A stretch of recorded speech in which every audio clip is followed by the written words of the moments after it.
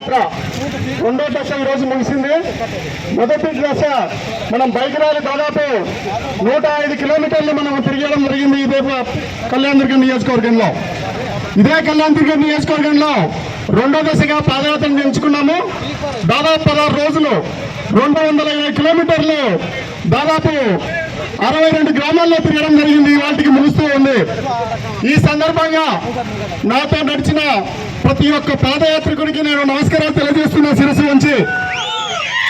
ప్రతిరోజు రాత్రి అలాగే ఉదయం పెద్ద ఎత్తున మాకు ఆతిథ్యం ఇచ్చిన ఆ ఇల్లాళ్ళకందరికీ కూడా నేను శిరస్సు ఉంచి నమస్కారం చేస్తున్నా. ఇంటి యజమానులతో పాటు మధ్యాహ్నం పూట ఆతిథ్యం ఇచ్చిన వాళ్ళకు కూడా శిరస్సు ఉంచి నమస్కారం తెలియజేస్తున్నా. ఇంత పెద్ద ఎత్తున పాదయాత్ర జరిగితే ఎక్కడ కూడా ఒక్క చోట కూడా చినుకులు రాని ప్రకృతి కూడా ప్రసాదించిందని తెలియజేస్తున్నా. మనకి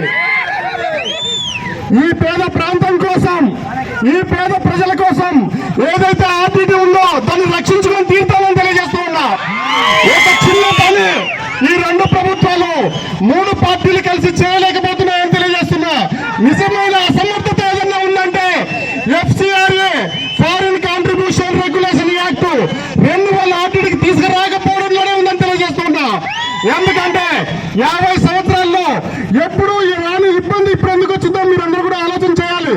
పేద ప్రజల పట్ల, పేద ప్రాంతం పట్ల ఈ కేంద్ర రాష్ట్ర ప్రభుత్వాలకు చిన్న చూపుందని కూడా మీకు అందరికీ తెలియజేస్తున్నా.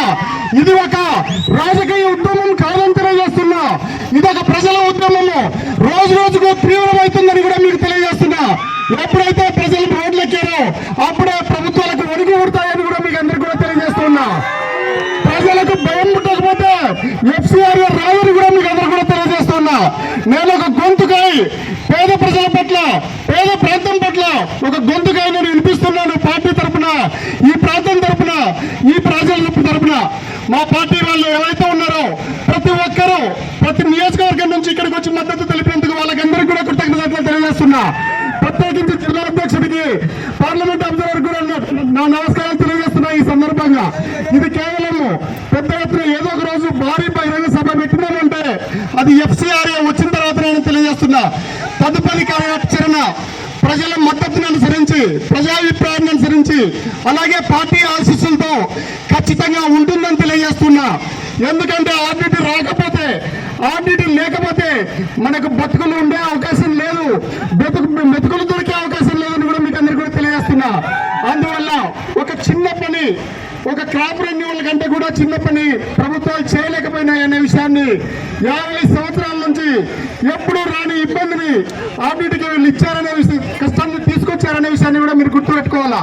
ఇప్పటికే ఆర్టీటీ చట్టం ఏదైతే ఉందో కార్పొరేట్ ఎడ్యుకేషన్ అది మూతపడింది.